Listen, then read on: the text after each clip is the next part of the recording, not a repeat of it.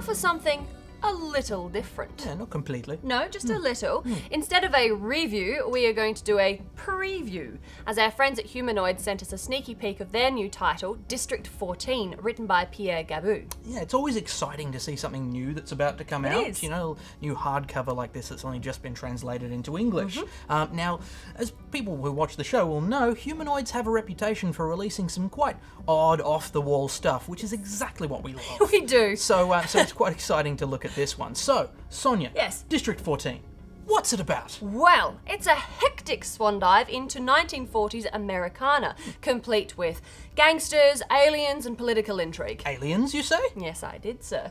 District 14 takes a look at a certain era in America's history, but shows it through a fractured lens. It's set in a fictional metropolis called District 14, and it's populated by humans, anthropomorphic animal people, and aliens who are refugees from a fallen planet. Now, one of these animal people, Michael, is the focus of the story, the main character. He's an elephant who's fresh off the boat and is immediately embroiled in violence and intrigue at every turn, Yes. alongside his new partner, Hector, who is a beaver and also an investigative journalist. Very good at getting into trouble. Yes, he is that. Now, the art throughout this is absolutely amazing. Romuald Reutemann does everything in black and white, and at the start, you kind of feel like it's a little simplistic.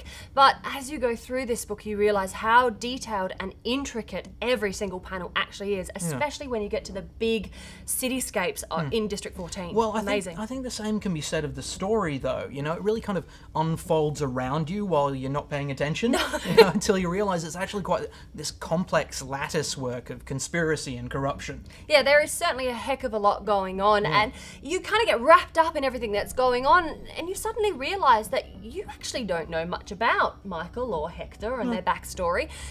But as it begins to fold out at the end of the book and you finish that last page, it's like, oh, I need the next one. You get so invested in them. I know, but I honestly feel, for myself anyway, this is a book that's more about big ideas than it is individual characters. I think there are a lot of questions that are asked in this one. I mean, District 14, like any city, is made up of 1,000 stories, and at least half of them are lies in this case. But this book does ask you that question, you know, are we better off with the truth? Yeah. And I think readers will be asking themselves a lot of troubling questions before the end. I tend to agree. This is a book that presents so many moral conundrums and steadfastly refuses to give you easy Any answers. at all, You've got to make that up for yourself. Yeah. Now, in its original French, District 14 won the Best Series Award at the 2012 Angoulême International Comics Festival. And now that it's been translated into English, I see no reason why more accolades won't follow. Absolutely. Now on to the exciting stuff. Yes, there is exciting stuff. Yes, now the guys at Humanoids have sent us a hard copy of this book, and after several hours of arguing with Sonya, we have decided we are going to give it away I'm not happy about this. to one of our loyal Kapowians. Do not let her make you feel guilty about this. So, we're going to be having yet another one of our world-famous competitions. Absolutely. So stay tuned for more details on that.